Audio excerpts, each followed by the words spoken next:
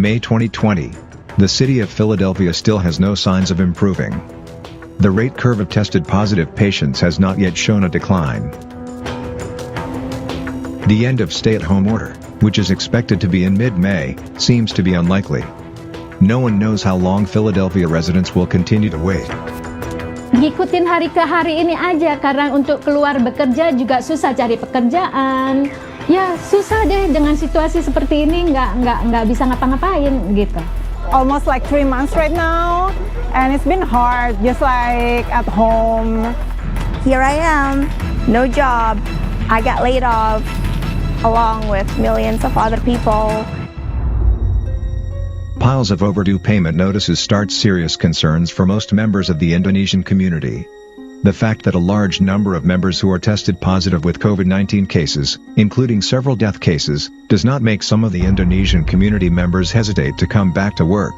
Karena faktor ekonomi, tagihan-tagihan yang harus saya bayar, kemudian akhirnya saya ikut agensi untuk memenuhi pembayaran bill ini. Karena kebetulan saya bekerja di sebuah rumah sakit anak ya, dan rumah sakit anak itu kan 24 jam tetap buka ya. Jadi sampai saat ini saya tetap bekerja normal sedia kala. Jadi di samping ekonomi saya, toko butuh, dan saya juga butuh.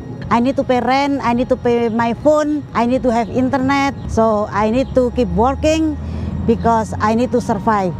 Saya baru punya anak saya 2. Saya harus kasih makan istri saya, ditambah lagi di rumah saya itu ada bapak mertua saya lagi kena stroke. Sebagaimanapun beratnya bebannya, harus kerja. The city's implementation of stay-home order has impacted businesses owned by members of the Indonesian community. At the beginning, it was a lot. So we lost probably 70% of all our business. Right now, it's a little bit better, like 50% of what we usually do. It's really huge. Even though we are considered as essential business, we still have to close and not treating patients like the way we should be. Awalnya ini memang bisnis kita tuh like you see, kapasitasnya kita tuh 75 seaters. Jadi dengan adanya stay home order, take out only, delivery only bisnis udah otomatis sepi. Bikin revenue kita drop by 60%. Secara sales pertama-tama kita agak menurun. Perlu waktu beberapa minggu untuk kembali ke sale yang sebelumnya. Ya pasti mengurangi omset. Kekurangan bisa sampai 85-90%. It's definitely decreased our sales from 90%, but we started to slowly pick it back up during the spring. Financially, we get hurt, but we still have to move on, even though this is a global pandemic, in order for us to help our community. Even so, many of them keep their businesses opened. What are their reasons? My main reason to keep open the business is not for us to be able to pay rent or something like that, but mostly I was thinking about how my employees going to be able to get some income and feed their families too. We are an essential business, resident for a doctor, so we try to help them to clean their clothes. We got a lot of orders for masks, so we started to make more masks and then donate to the hospitals. After that, we got a call from the apartments asking if we could make it for the residents in their apartments. I'm in the dental business, obviously, is essential, and knowing that they have an emergency, we are as a provider have to treat the patients. Untuk esensial bisnis tetap diperbolehkan, jadi saya tetap membuka bisnis ini. How do they apply the social distancing guideline recommendations at their place of business? So the first thing we did for our protocol is build a bulletproof glass between us and the customer. And then we also require a mask in order to come into the store, and only one customer can come in at one time. We also have a different kind of announcement that we put it, in our store. Have to be 6 feet in between the customer, and we only allow 6 people all at once in our store. We are at the highest risk as a field where there's a lot of aerosols going on. So we can only see emergency that only involve exam and x-rays, but not necessarily drilling or doing something that require, aerosol coming out of the mouth. Saya sangat perketatkan karyawan saya, jangan sampai bergaul sama teman-teman atau berkumpul jadi satu.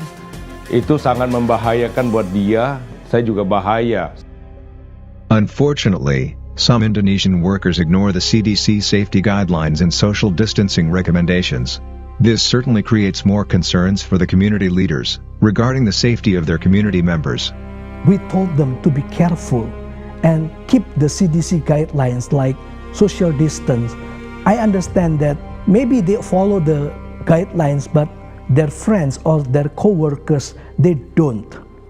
Even worse, some of them, after being tested positive with coronavirus, continue to work by ignoring the safety of themselves and others. Masalahnya orang Indonesia, kenapa teman saya yang meninggal dunia itu juga lebih mementingkan kerja daripada kesehatan, akhirnya dia pergi ke surga. Kalau bisa jangan kerja, hindari. Merasa kurang enak badan, istirahat aja di rumah. Uang bisa dicari. Tapi nyawa sudah nggak bisa cari kembali. Saya memberikan saran, saya bilang begini, lebih baik tidak bekerja untuk waktu 2-3 minggu daripada tidak bekerja untuk selama-lamanya karena meninggal. This pandemic has indeed made all members of the Indonesian community must re-examine their priorities. I had to think, like, wow, everything that I know my whole life has been so secure and everything else, and in the blink of an eye, it's gone. So that kind of gives me to think, hey, maybe I really should have a backup plan. Like, doesn't matter if I think this job is super secure, but you just never know what life's gonna throw at you. Who would have thought that, you know, a virus would just shut down and cripple the whole society, you know? Emergency saving money. Jadi kalau ada kejadian semacam ini, kita tidak akan merasa kerepotan karena kita punya dana secara pribadi yang kita simpan, itu kita tidak ambil. Dalam keadaan emergency baru kita ambil. The financial problem, together with the threat of COVID-19, is like a double-edged sword. Both edges can tear our lives into pieces.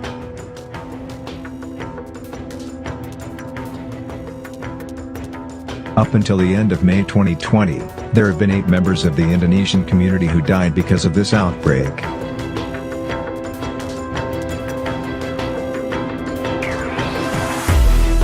So what about the story of the community members who are tested positive, struggling against COVID-19 disease?